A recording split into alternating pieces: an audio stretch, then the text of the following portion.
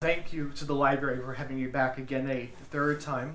I was first here way back in January of 2023 with my railroad lecture discussing the trains to Pine Bush. Then I came back in October for a look at some Orange County dairy farming history. And now we're going to be looking at the Borscht Belt, which kind of ties those two historical elements together. And I think it's fitting we're presenting the Borscht Belt Material Culture Program at this time, as it's just past the Memorial Day weekend when the hotels would have historically opened for their summer months of operation.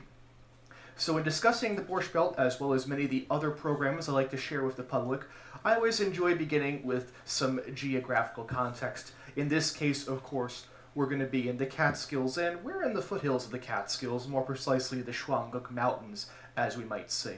Now, with the Catskills, I like to divide the region into two halves. There's first the eastern Catskills, and this is where we really get much more of the actual Catskill Mountains, mostly in Ulster, Greene, and Delaware counties. And it's in this region where we get landmarks like many of the New York City reservoirs. There's Ashokan Reservoir at the upper left-hand corner. We have the highest peaks of the Catskills. Shown there towards the right is Slide Mountain, the tallest mountain in the Catskill Range, as well as many of the grand ski slopes at locations such as Hunter and Windham. It's also in this region that we get many of what we're going to call the Silver Age resorts. And for some context, this term, which I much enjoy using, comes from my colleague up in Sullivan County, John Conway. Silver Age generally refers to a time prior to 1920. So these are resorts generally from the late 19th century or the early 20th century. You can see starting at the upper left-hand corner, we have the famed Catskill Mountain House, which is located right outside North-South Lake overlooking the Hudson River. It unfortunately fell into disrepair by the 1950s and was controlled burned by New York State. At the upper right-hand corner, we have the Grand Catskill Mountain House, which was only located a few miles away from the Catskill Mountain House. It burned in a disastrous fire in the 1920s. At the lower right-hand corner, we have the Laurel Mountain House. You may notice right up front a little bit of what looks like some white streaming. The lower right-hand corner, that's Catskill Falls. And though the Laurel Mountain House is long gone today, the Catskill Falls is still a popular site to hike to today. And then, of course, at the lower right-hand corner is a location that many of us may know well, and is arguably the only mountain house still operating today, that being the Mohonk Mountain House just outside of New Paltz, with, of course, the Catskill Range in the background. So for reference, again, this is the Eastern Catskills. Much of our conversation today is going to take place in the Western Catskills, right nearby where we are today. And this is the foothills, you might say, of the Catskill Mountains, largely in Sullivan County, as well as southern Delaware County and western Ulster County. You can see it has many of the names we're popular with today, such as Mountaindale, Woodridge, Fallsburg, and Liberty, that are in the heart of what we know as the Borscht Belt. Now, applying borders, you could say more so vague borders to the Borscht Belt, is often a task of debate, and this is generally what is accepted for identifying what exactly is the Borscht Belt. And I'm going to start with the left-hand side of that screen, right at the corner where you see Bethel, very clearly indicated, the site, of course, the famed 1969 Woodstock Festival. Generally, the border is accepted to travel along New York State Route 17B, and then head up north towards the very point between the Sullivan County and Delaware County in the town of Rockland. For those who know the Roscoe Diner very well, that's where that northern portion is. From there, we head down what is Route 17, either Old or New 17, the quick way to Liberty, and then we head out further east, right into Ulster County. It's generally argued that the easternmost Borscht Belt resorts operated around the area of Kerhonkson and Accord, New York. And then you'll see along both the eastern and southern boundaries, we're generally following the line of the Schwanguk Mountains, which of course we are right on the doorstep of today along the edge of the Borscht Belt. And there were even some hotels that resided not only on the western side of those mountains, but on the eastern and southern side, which faces us today. We'll be looking at a few of them, one in particular, in today's program. So much of the Borscht Belt history, as we remember it, is from the 20th century. Now, I had one individual in the audience who saw my lecture on the Ellenville Glass Works, and I bring that up briefly because it was founded in 1838. And that's actually where our journey is going to begin today, also in 1838. And that starts with the Chelem colony, argued as the earliest origins of the Borscht Belt, and will actually be situated in Ulster County today in the village of Napanock, just to the east of Ellenville. This comes from probably around the late or early 1840s Atlas of Ulster County. We're going to zoom in on the village of Napanock. And you'll see, just for some identifications, we have the Roundout Creek flowing down, which parallels Route 55 today. And then the Roundout Creek then flows out towards Kingston. And right here at the top, you can see Chelem very clearly indicated.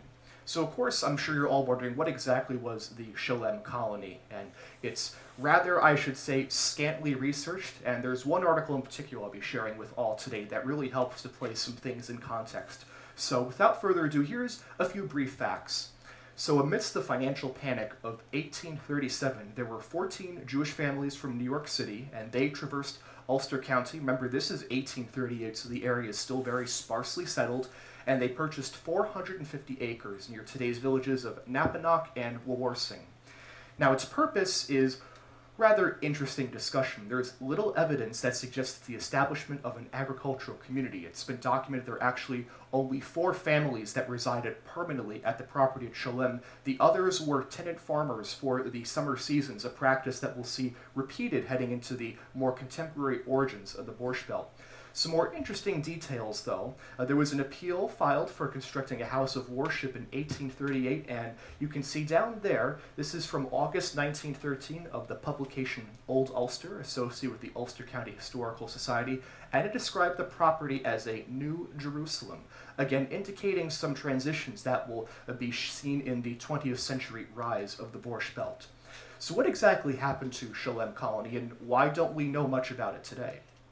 Well, as stated before, with an approximate population of only 4 landowners, of course not counting those who may have lived on the colony in the summer without purchasing land, research indicates that this loose establishment allowed the colony to largely vanish after 1842. Now, I referenced that it's scantily researched in general. I rest a lot of my research on this wonderful article in the Hudson River Valley Review, editions of which are on sale today, and this comes from Mariana Bonek's article titled Chasing Chelem, and she describes quite well how this colony played a great role in the transformation of what we'll later know as the Borscht Belt.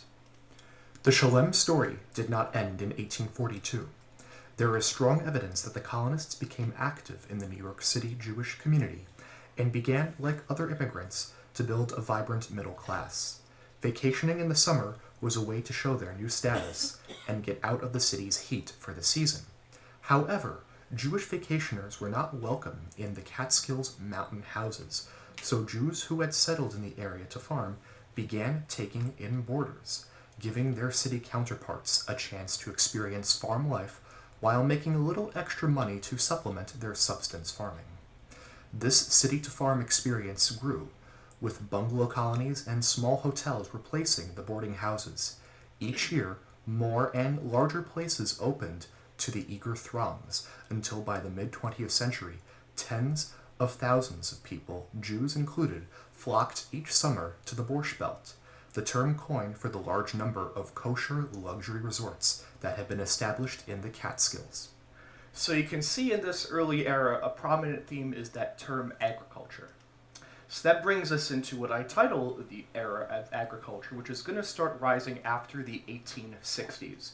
So during this time, and in the decades following the quiet close of the Chelem colony, there was a growth in Jewish immigration from Europe that sprouted densely populated tenement neighborhoods in New York City, in addition to an interest in pursuing agriculture. Now, some were encouraged down this path by the Jewish Agricultural Society, which published that pamphlet you see on the left-hand side, The Jewish Farmer.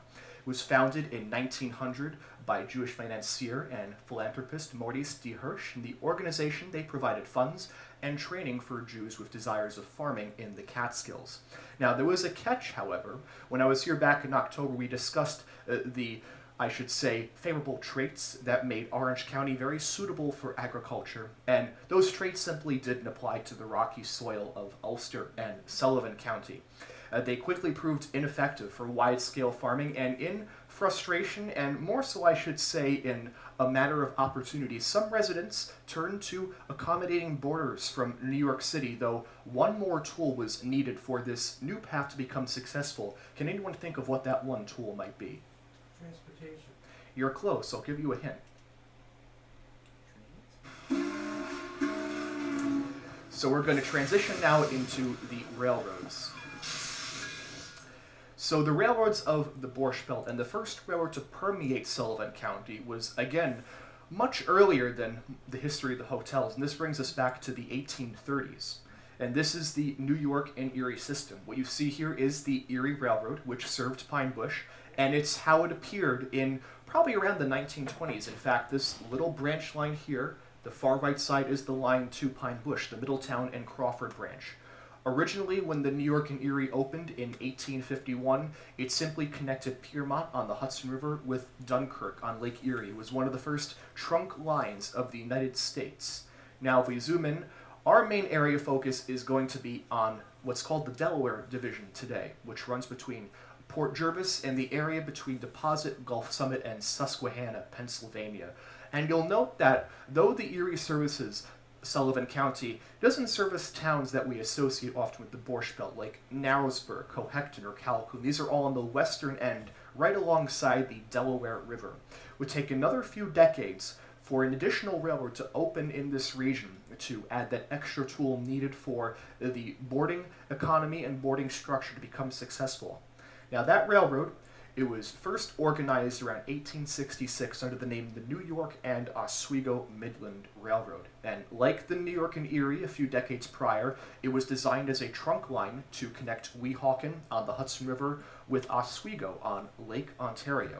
Unlike the Erie, however, it permeated the center of New York State almost in a diagonal line, and it cut right through the heart of the Borscht Belt in Sullivan County. Now in 1880, what was then known as the NYNOM was reorganized and given a much more popular name to us, the New York, Ontario, and Western Railway, which operated in the region until March 29th, 1957.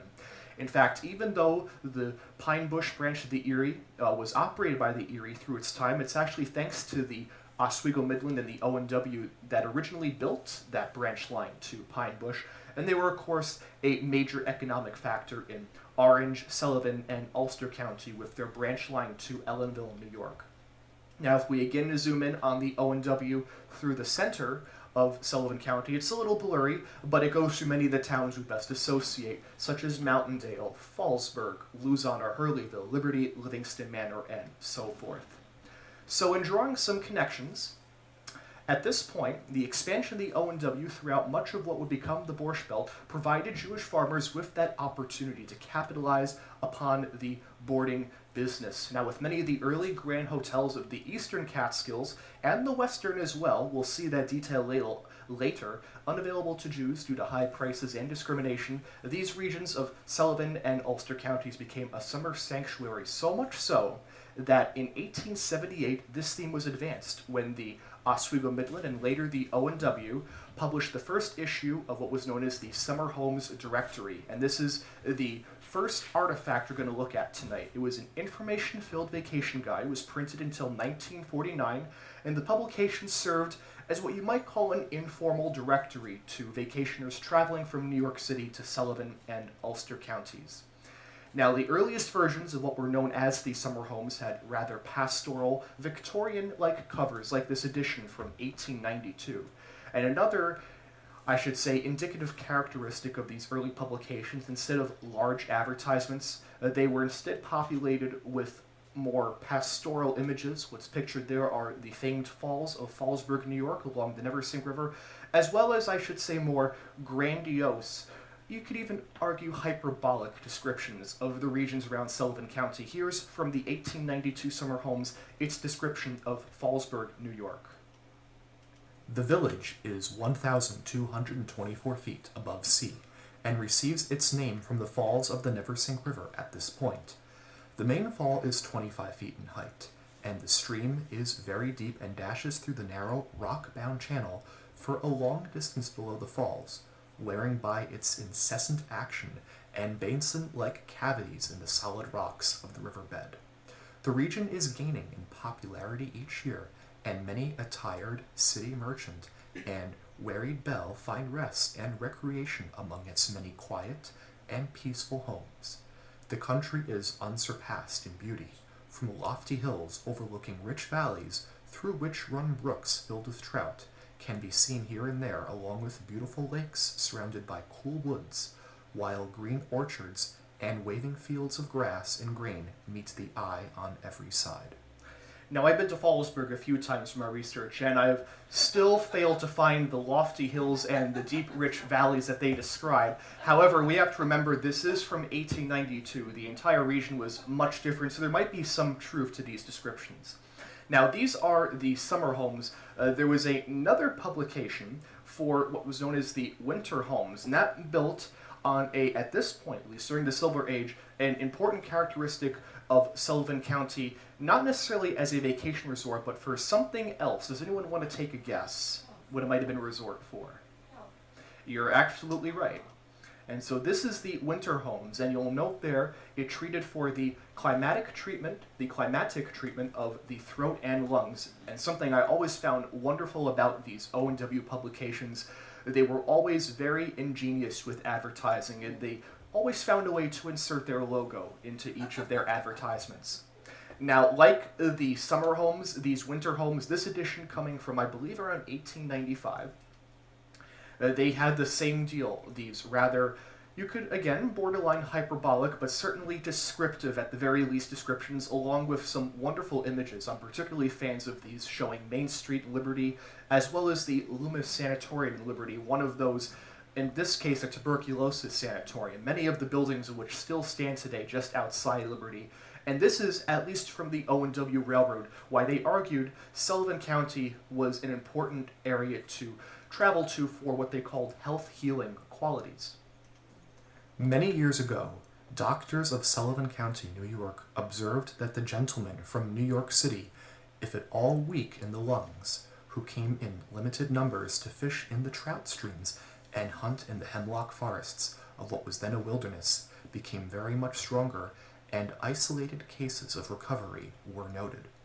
And of course, in that description, we do know that trout fishing is very popular, so we can tie some historical basis to a fact such as those. Now, those are the earlier summer homes. By the 1930s, I believe around 1929 or 1930 is when the name officially changes from summer homes to vacation guide. We start to get more Art Deco-esque covers. And that Art Deco nature, I should almost say borderline mid-century modern, can then apply into the insides as well, with these larger advertisements from the names of several hotels that might be familiar to us, such as the Waldemere in Livingston Manor. You'll note, of course, the large two-page advertisement for the Grossinger Hotel and Country Club in Ferndale, New York. Note in particular, it's still titled with an address at Ferndale. This is prior to when the hotel established its own post office, giving it the name Grossinger, New York, and its own zip code. We have the Nemersund in South Fallsburg, which, despite having been modified, still stands today in South Fallsburg, New York. And then off to the left, the right, one of my favorites is the advertisement for Paul's at Swan Lake. You'll note the architectural style of the building. It's what we call Sullivan County mission-style architecture. The designs of these hotels' buildings were so revered during the time that they earned their own architectural names. So both mission-style and the Tudor-style architecture, and then of course later the mid-century modern designs, will prove to be famous during this era. In fact, during this period, these vacation guides were so popular with hotels that some came together in communities to advertise all at once. You can see here all the hotels listed just for South Fallsburg, New York. Towards the end of our program, we'll go through some interesting, you might say, a guessing game to see just how many resorts once populated the Borscht Belt. And this should start to give you a hint into determining that number, given that's all just for one community.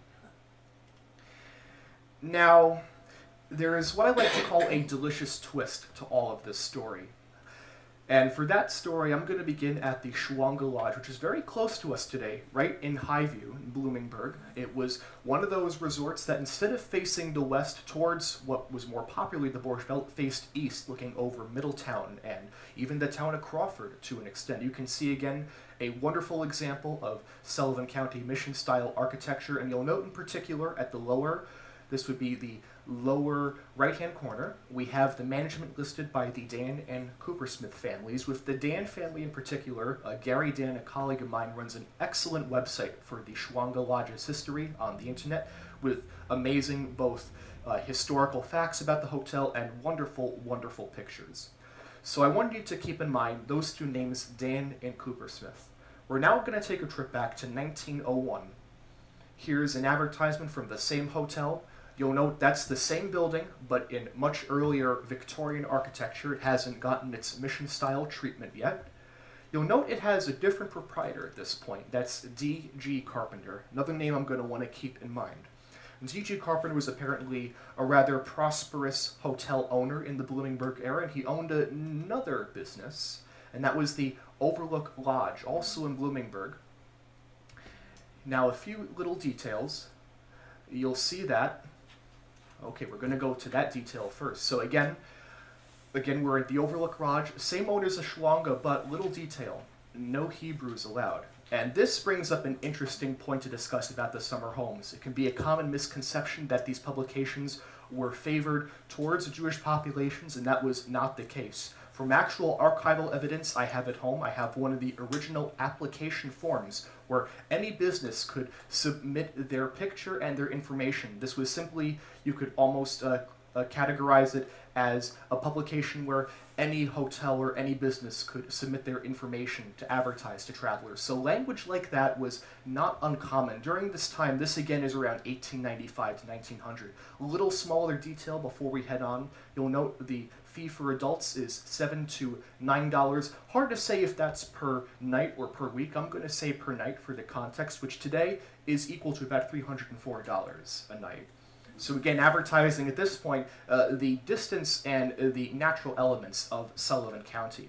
Now, I mentioned that other language was not uncommon during this time. Here are some more examples from the period. There's the one we saw before, no Hebrews. For A.T. McEwen, we have no Hebrews taken. For Miss H. Coleman, no small children or no Hebrews taken. And for A. Reynolds, no Hebrews taken.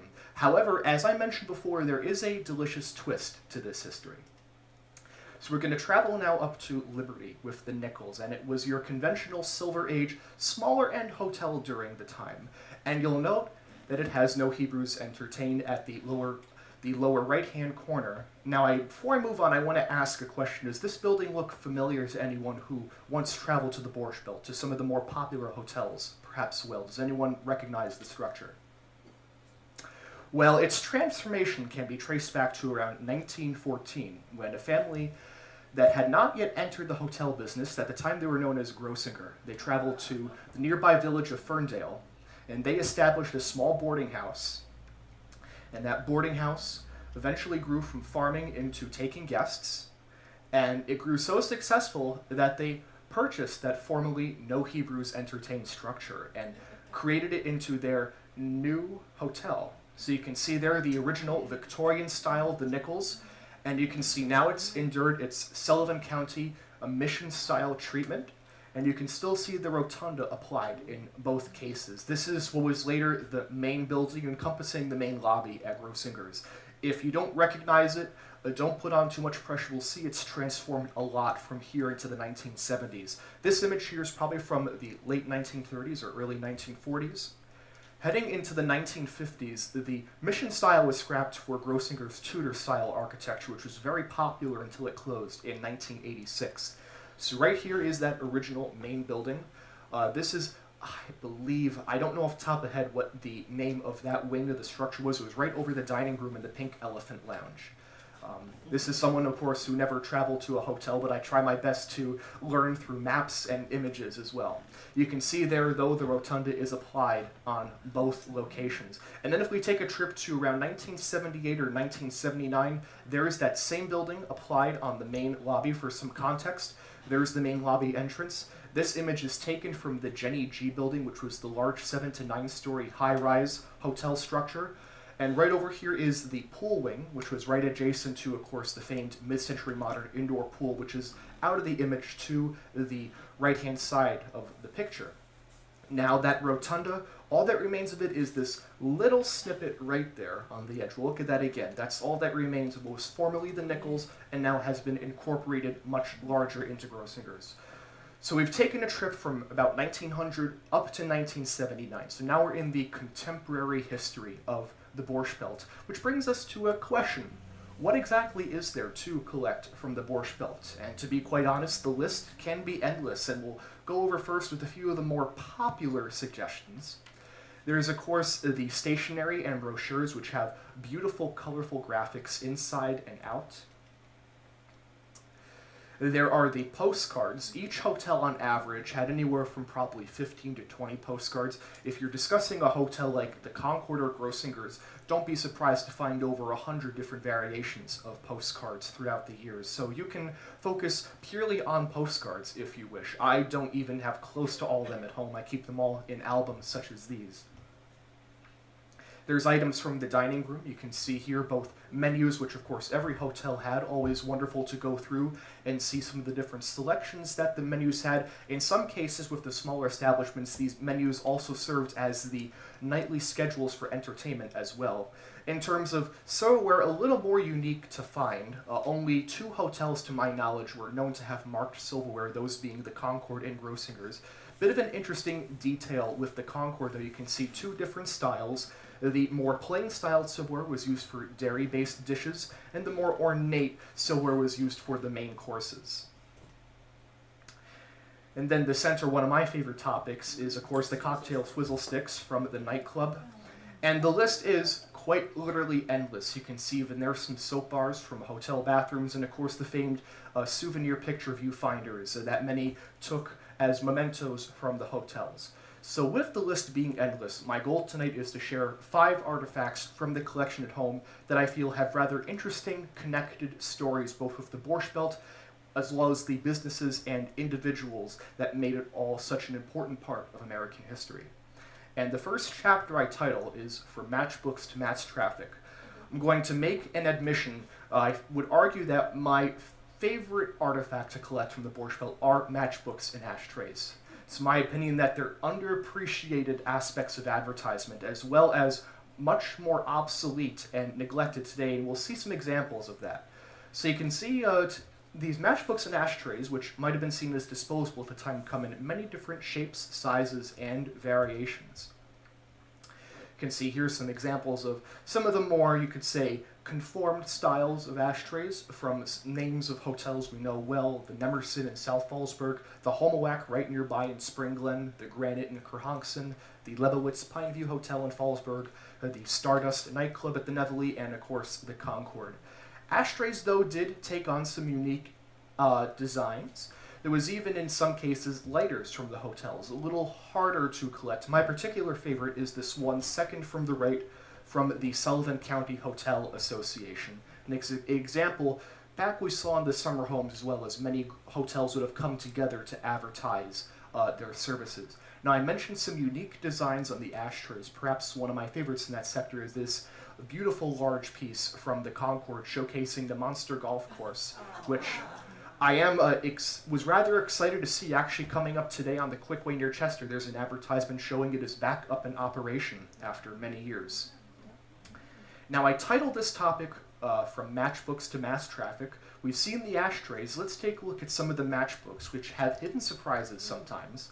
This is what might appear at first as just a plain style matchbook from Grossinger's. In fact, a similar style, that's a little newer, is on display on one of the boards. However, if we open up inside, we'll see that all the matches come together to form a rendering of the famed mid-century modern indoor pool at Grossinger's. And for comparison, that's of course what the indoor pool looked like. This is again around 1978, 1979. You can even see there's someone jumping in right in the center into the indoor pool at Grossinger's. Now I should say, both sad and happy to say the indoor pool was demolished in 2018. However, a lot of these, in particular the Sputnik light fixtures that were famed, they were all salvaged before the demolition, and a few are actually installed at a restaurant in Liberty and have been restored to operation. So I am fortunate to say that several elements from the building were salvaged before the property was all demolished in 2018. That's a topic we'll be returning to later. So we've seen again some more unique aspects to these matchbooks, and by the way, that's not the only example I found from a hotel. I just actually got one from the Falls View in Ellenville that has the same rendering of its indoor pool inside. Now, there were many businesses that interacted with the Borscht Belt, and the matchbooks pay, I should say, respect to those different interactions. And this example comes from the Royal, which was an express bus service you can see between New York City and Sullivan County, as well as advertising Middletown, Monticello, Liberty, as well as the towns of Fallsburg, Woodridge, Livingston Manor, and Ellenville. And this, of course, comes from a time after the railroads are beginning to lose interest among travelers, a theme we'll return to very importantly later. Now, these smaller companies like the Royal soon gave way to a name we probably all know very well in this area. That's the short line bus service, which under coach still operates today. And now short line brings us to another interesting connection. When these buses traveled up and down I should say, at that time, Old Route 17, and much later that would become the Quick Way, but we're going to stay in the time of Old Route 17. There were many rest stops along the way. Does anyone think they know where I'm going with this? And you got it. And I come to share this beautiful picture I found of the Red Apple Restaurant 1959, and you can see it still retains its original neon signs both on the pole and along the building itself. Now, the Red Apple Rest has a fascinating history. Artifacts from the Red Apple Rest are very hard to find. I do have 2 or 3 matchbooks at home. Again, our theme is matchbooks, and here's a scene of a Red Apple Rest matchbook on its cover. And again, like the Grossinger example we saw before, it holds some secrets on its interior. You can see it features a full map of the route from the George Washington Bridge all the way up the Quick Way. You can see the Red Apple Rest clearly indicated along Route 17. And then continuing up the Quick Way to Monticello and Liberty. So a little bit of some history. I don't have many personal connections to the Borscht Belt, unfortunately, but if there is one, it would be with the Red Apple Rest, beginning with the fact it's 10 minutes away from where I live in the town of Woodbury. Of course, the Red Apple Rest was just to the south in Southfields, New York. It was founded in the early 1930s by Reuben Freed. And what you see here is the original structure of the Red Apple Rest before some additions were made to it, but you can see it retains many of its popular elements, like the apple on top of its roof, as well as the neon signs. Now, another interesting detail I want to point out, you'll note that the bathrooms for bus service are actually exposed and can be seen in the rear, and they were later incorporated into the building. Well, by the 1950s, the building incurred some rather large expansion due to widespread success under Reuben Freed's management and his family as well. And we probably remember the building more like this during the 1950s along Route 17. Now, the Freed family, in particular, its 3 daughters, 2 in particular, still live in the area very close to the Red Apple Rest. And one of the daughters, Elaine Freed Lindenblatt, published this book, I'm going to say now about 6 years ago, Stop at the Red Apple. It's a wonderful excerpt and detail of the history of the Red Apple Rest through many different short stories. And I'm going to share one with you showcasing just how popular the Red Apple Rest was, not just on a regional but a national scale. One day, a bus from Alabama stopped. It was a bus company and a driver we'd never seen before. When Herbie asked how he found us, he said that in Delaware, at Clementi's, a well-known bus stop, he asked a Greyhound driver where to stop on the way to Montreal. The driver said there was one place, and one place only, the Red Apple. The Alabama driver who owned the bus was so impressed with our operation that he tried to talk Herbie into opening a place with him in Alabama. He didn't know that we had all the trouble we needed trying to operate one here in Southfields.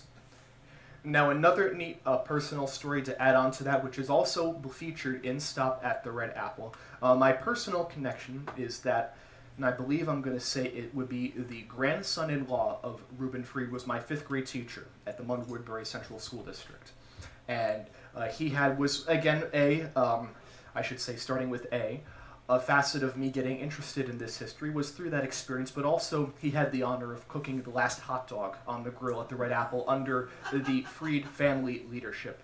Now, following the sale of the business in the 1980s from the Freed family, and by the way, I should mention during that sale, was always curious as a 5th grader what happened to these great neon signs. And my 5th grade teacher told me that during the sale, they were yanked from the roof and thrown into a dumpster. So that's why today, even though the building still stands, looks more like this, I should say, recently. The neon signs are long gone, even though the bracket for it still remains. There's a much more contemporary fluorescent sign that still stands on the pole. So the Red Apple Rest continued operating under new management until around 2006. This is what it looked up until relatively recently. There was a lot of commotion, I should say, on the internet because around, I would say, the summer of last year, this is what was occurring. Now, I should make it very clear there was a lot of, I should say, misconception that the entire building was being demolished. That's not the case. What's actually still standing on the left-hand side is the original 1930s structure. What was removed was the 1950s addition, which had severe decay. In fact, in that earlier image, this Red Apple Rest had actually collapsed prior to the demolition. That was a false wall that was bending over. So the building, at least its original structure, is still standing, and it's still for sale if anyone is interested today along Route 17. And so to conclude this title, the Red Apple Rest was arguably the most famous, but not the only rest stop along the distance to the mountains. Another popular location right across the street on 17 was the Orsic Boys Terminal. They had a few locations. You can see inside their matchbook the large bus terminal they operated in Ramsey, New Jersey on Route 17, as well as the cafeteria they had right across the street from the Red Apple Rest, which at one time would have looked like this. One of my more favorite artistic style postcards to share, and perhaps my favorite detail right at the bottom left-hand corner is this little painted billboard that says Orsic Boys along the way to Monticello, New York. So this concludes our first chapter, from matchbooks to mass traffic. Our second I like to title Taken from Scratch. So as you'll see tonight, I've brought a few items from the collection tonight that allocate to this space. There's much more at home. The collection I formally titled the Richard L. Benjamin Collection of Borscht Belt Tourism History, and it takes its name from someone I only met once, but who I should say dedicated a great deal to this collection's development, Richard L. Benjamin of Southwoods Antiques in Monticello, New York. And about, again, 6 years ago, I purchased a quantity of material you see there, and it was all both completed material as well as unpublished transcripts and other, you could say, rough drafts in a way of stationery that was used by Steingart Associates in South Fallsburg, New York, one of the main printers of stationery during the Borscht Belt era. And as we'll see, taken from scratch, there was a lot of really neat surprises of items in the collection that should have been thrown out, but simply were not with time and have survived over 50 years. And in this case, we're going to look at a calendar from the Windsor Hotel in South Fallsburg, New York. It's one of your classic examples of Sullivan County Tudor-style architecture, much like Rosinger's. This being a really great example with brown and white details, as well as that red roof seen on top. You'll see this example is from 1953-1954.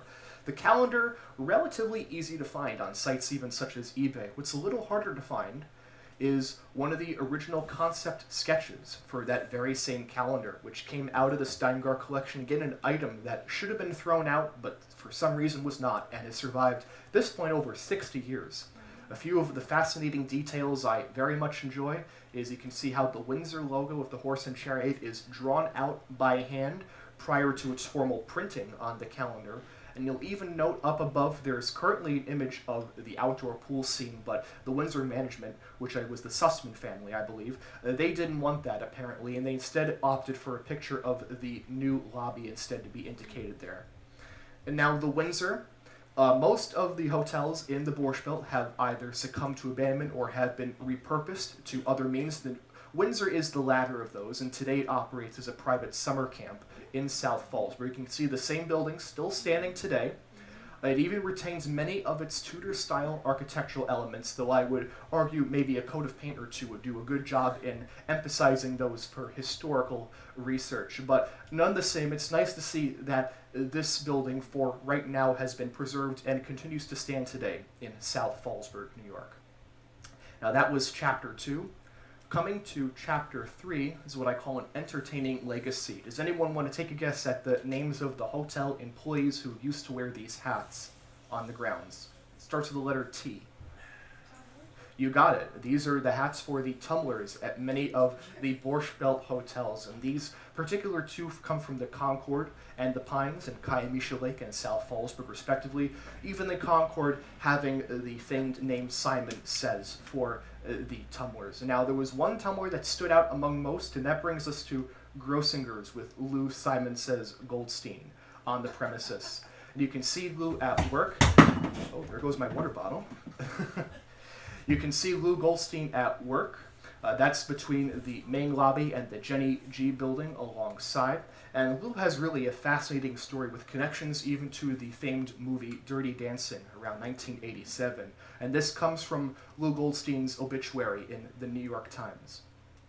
Lou Goldstein, the son of a tailor, was born on September 8, 1921, in a small town outside Warsaw, Poland. The family immigrated when he was 5 and settled in the Williamsburg section of Brooklyn. He was a basketball standout at Eastern District High School in Brooklyn and Long Island University. When the Catskill hotels started basketball tournaments to entertain guests, Grossinger's recruited him, and when he proved adept at other forms of entertainment, the hotel signed him up as its tumbler. Jackie Horner, Lou's wife, who was a consultant and something of an inspiration for Dirty Dancing, the 1987 film about a mountain resort not too different from Grossinger's, said she and Mr. Goldstein met when she came there as a dance instructor. They married at Grossinger's in 1960 and lived at the hotel in Liberty for the many years they worked there. They stayed on in the town afterward. For his talents, Goldstein earned $600 a week and room and board at a hotel whose Jewish dishes were legendary for both their taste and size. At one point, the singer Eddie Fisher was his roommate. Now, a little detail, you'll note that it was said he earned $600 a week for his talents. Today, that's equivalent to about $6,200 a week, which I would say was quite a respectable sum, given he was also provided board at Grossinger's as well as its delicious cuisine. On to chapter number 4. One of my more unique ones, how Hair Tonic became a hotel. And at first glance, a bunch of people in the audience might be wondering where I'm exactly going with this topic. These are all bottles from the same business, that of Jerris Hair Tonic, and they're all tied with one name. You can see the name is Winterick right up top. And now, that name, that is attributed to Arthur Winterick, a Russian immigrant to New York City who made his fame from Jerris Hair Tonic. Now, what's the connection to the Borscht Belt, you might be wondering? Well, in the 1930s, Winterick traveled to a location just to the east of Monticello. At the time, it was known as Pleasure Lake. It was later known and renamed in part with, I believe, help from the New York, Ontario, and Western Railway as Kiamisha Lake. And this story about how he created a legend, I can say, of the Borscht Belt also comes from his obituary in the New York Times. Born in Russia and having arrived at the United States at the age of 17, Arthur Winterick became a barber and later a distributor of barber supplies. Then he began to develop and manufacture hair tonics and shaving lotions, founding the corporation of his name, which produces Jerris Hair Tonic. In the 1930s, Mr. Winterick first visited the Catskills. A popular legend claims that when attempting to stay at Grossinger's, the hotel was booked to capacity, and he vowed to build the largest hotel of its kind in the Catskills. Later, he decided to become a host and acquired the Kiamisha Ideal Hotel, changed its name to the Concord, and guided its growth and development. Winterick stayed true to his word, and the Concord indeed became the largest hotel of the Borscht Belt, with a 1,500 guest capacity and a dining room that could seat 3,000. Now, a little bit of a detail off to add, the 3,000 seat capacity is actually for the Imperial Room nightclub, which, if you look at pictures, you almost stand in awe of the size. The dining room wasn't exactly 3,000, but it was considered to be one of the largest in the Catskills as well. Now, you'll note that around the first time Winterick first purchased was known as the Kiamisha Ideal Hotel and changed its name to the Concord, and this is what the Concord first started as, much more reserved than what we might remember it as. This building, through the 1950s and 60s, was grossly remodeled and incorporated with architecture by Morris Lapidus into what we might better remember as the Concord. Lapidus, of course, also being the architect of the Fontainebleau in Miami. These white high-rise structures were truly a defining element of the Catskills. In my opinion, one of the only buildings that stands almost as a comparison would, of course, be Herbert Phillips Tower at the Nevele in Ellenville, New York. It was truly a very unique example of architecture. Of course, mid-century modern elements were quite common at other hotels, particularly in interior design. It's a wonderful experience looking at early images of especially the lobbies of these hotels to see how interior design was interpreted during this period. Now, that original structure, the first building at the Concord, well, that would have been located right about here in the center. And you can see how the structure expanded from there to include all of these different buildings. You can even see here remodeling at work with the resort being open. And we're at the Concord now. We're actually going to end our lecture tonight with the Concord as well. And that brings us to our final chapter, What Little Remains. And the topic is all going to focus on this piece of blue tile and concrete I have at home. And it has a rather large story. So let's look back at the program. I was posing a discussion I was going to ask everyone earlier. And that question was, just how many hotels were there? And I want to get your thoughts on how many were there. 30. 30? I would say 120. 120? Not 1,000? 350. There are 350. There is one that's actually relatively close, and it may not be the one you're thinking. So the number is very highly up to debate. It still is up to debate today, and the source I take it from is from Phil Brown's Catskill Culture. It was one of the most respected histories of the Catskill Mountains, and Phil Brown is a professor at Northeastern University and holds an archive of memorabilia and artifacts from the Catskills. And in his book, he cites 926 establishments. So your 1,000 was pretty close. And numbers have actually ranged from 500 up to around 1,500 in total. And again, that estimate comes from Phil Brown's Catskill Culture, an excellent read for anyone wishing to learn more about the Borscht Belt with an academic edge. So this is 926. I should add, it's not a set number. This is an aggregate estimate over time. At no singular time was there 926 facilities. I don't think you could fit that many in the region. But it would not be out of the question for perhaps maybe 400 or 500 bungalow colonies, boarding houses, and resorts combined to have operated in the region, especially when traveling through the back roads of Sullivan County and seeing where these resorts once stood. So let's keep some things in context. 926 hotels at its height overall to make an estimate. Now, at the same time, during the 1950s, which can be argued as the apex of the Borscht Belt's history, we begin to have some forces, nationally encompassing forces, affecting the region which lead to its downfall. And those forces are known generally as the 3 A's. Does anyone want to take a guess at what some of those forces might be? Airplane, that will be one. You got the first. So the first will be air conditioning. You have to remember, during this period, earlier in time, the Borscht Belt was more so back in that time, Sullivan County and the Ulster County Catskills were a summer sanctuary because of a lack of air conditioning in the tenement-style housing of New York City. Now, by the 1950s, that's not nearly a problem anymore. You said the second one, and that would be air travel. And that's going to play a very significant role in some of the calculations we're going to make soon. There is a third A. Anyone want to take a guess?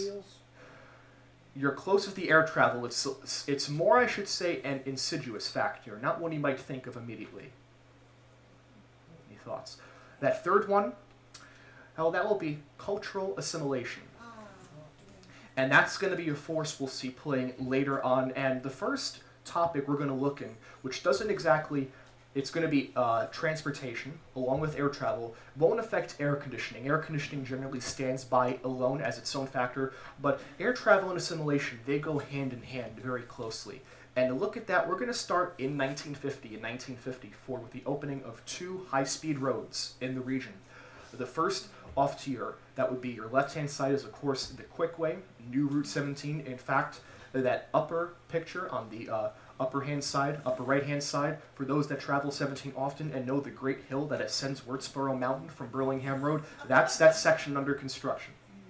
And then in 1954, the New York State Thruway in this region is opened for service. So now we have a direct line from the George Washington Bridge. You either take Route 4, the Palisades Parkway, to Route 6 and up the Thruway, to the Quickway to the mountains, as they would often say. Originally to the mountains by rail, and now to the mountains by roadway. So let's make a few calculations. In 1957, March 29th, 1957, the New York, Ontario, and Western Railway, already in bankruptcy for 20 years and unable to compete with road traffic, closes for business. Now by the O&W, it took about 5 hours to travel from New York to Liberty by rail. How much time do you think it takes that distance to travel by car? 2 hours. 2 hours? Not even 2 hours. It's going to take an hour and 50 minutes to travel. So you're close, but even a little less to travel that distance. Now, let's think about some other things. Where can you go by an airplane in 2 hours? California. You're getting close. Well, where can you go by an airplane in 5 hours? California. In 2 hours you can go to Florida. Exactly. It's a great point. Florida, California, and with airfares now being much more competitive, perhaps equal or even cheaper the rates of the Borscht Belt hotels, and those forces of cultural assimilation playing hand in hand, the you might call exotic nature of the Catskills that made a destination at the turn of the 20th century, those forces were simply not there anymore between increased, more efficient travel and cultural assimilation. So the hotels are going to have to start adapting in the latter half of the 20th century to survive, and it's a force that I like to call the Fortress Hotel Movement, another term adapted from my colleague John Conway. So to describe the Fortress Hotel sensation, I'll start with this image of your typical mid-sized hotel. This is the Hotel New Roxy in Loch Sheldrake, New York. Just one I actually received a postcard from, located on Route 52. It had some rather intriguing mid-century modern design elements, and keep the New Roxy in mind. It's going to come in play very soon. So it's your typical mid-sized hotel, had an average-sized nightclub, had an outdoor pool, but it can't compete with something like the Pines, just a few miles down the road in South Fallsburg. The Pines, like many of the other Fortress hotels, had everything. Had an outdoor pool, had a nightclub, had an indoor pool, had an indoor skating rink, and had so many guest buildings that it needed to build these built-in walkways to connect each new building as it was added on through the years, which, as we'll see later, would become a fire hazard in time. Now, during this period, the name Fortress Hotel was simply given to the fact that these hotels, like the Pines, they had all the amenities you could seek. An interesting transition, as back in time, you came to the mountains to relax in its health-healing qualities, as designed, as advertised in the 1900s. Now, you didn't leave the hotel grounds. You simply stayed inside or on the grounds all day, perhaps outside to play golf, or go skiing during winter months, or to the outdoor pool. So it became a race, and they called it Keeping Up with the Grossingers, for the smaller hotels to stay up to pace with the larger hotels, and it came to a head in the 1960s, and specifically 1965, when there was a large fire at the hotel that would be the New Prospect, the Prospect Inn in Parksville, New York, a blaze that killed 4 guests, and it led to a movement among Sullivan County to tighten down on fire codes.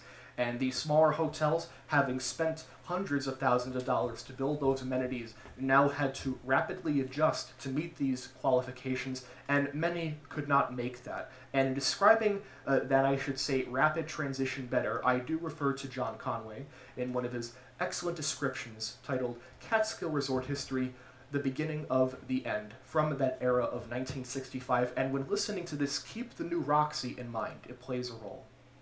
For one thing, the fire at the Prospect Inn in Parksville on August 11th, 1965 resulted in the death of 5 people and caused a clamor to tighten up fire codes for resorts, many of which could not afford to make the necessary improvements. Smaller resorts, the bulk of Sullivan County's 538 hotels during that golden era, began to close down.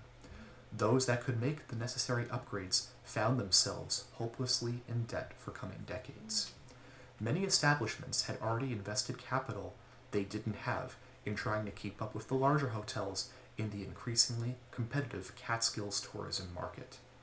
In fact, by 1966, the New York Times outlined the phenomenon in an article with the Loch Sheldrake dateline entitled Keeping Up with the Grossingers, strains many Catskills hotels. Using the occasion of the Labor Day weekend, traditionally one of the busiest of the year for the Sullivan County resorts, to visit a number that had closed down or seemed on the verge of doing so. A singular hush, betrayed only by the occasional romping of crickets or the stomping of a stray hen on the greensward, fell this Labor Day weekend on the precincts of the New Roxy Hotel. Gone were the glamorous, fun-loving vacationing crowds of former resorts. A rancid smell of decaying food filtered down the carpeted floors from the kitchen. An eerie silence ruled the lobby, mocking a notice forbidding card, playing, and another that urged, sign up now for a talent night. The New Roxy had closed in mid-August that summer, the latest in a long list of casualties among the medium-sized hotels in the Catskills, hotels accommodating 200 to 700 guests. So we're in 1965. The New Roxy, we just saw earlier, is now out of business, and it would be one of many dominoes of those mid-sized hotels to fall afterward. So by the 70s, we have really some of the only hotels remaining are these large fortress hotels, and we have 4 examples up here, and just to go through their current fates, we are going to start with the Tamarack, which operated into, I want to say, the late 1990s or early 2000s. A large fire in the late 2000s consumed a lot of the wonderful, more Adirondack-style architecture of the Tamarack Lodge in Greenfield Park. We, of course, have the Nevele, the upper left-hand corner, which operated until 2009 after being sold by the Slutsky family years prior. With the exception of the recent fire destroying the Winter Lodge a few months ago, it still stands fully intact but quite vandalized. I believe relatively soon, I don't want to speak on a certain date, but sometime in the near future it is scheduled to be almost entirely demolished, which is unfortunate, but I should say more so just unfortunate but needed due to the poor structural nature of the property. On the lower left-hand corner, we have, of course, the famed Browns Hotel, where Jerry Lewis made his fame. After the Browns, it was transformed into the Grandview Palace condominiums in Loch Sheldrake, which went up in a grand fire of its own, parts of it still standing today along Route 52 in Loch Sheldrake. And then you have the Stevensville on Swan Lake, which is still standing today and is currently used as a private summer camp, much like the Windsor, as we saw prior, and still looking much the same today as in that aerial scene.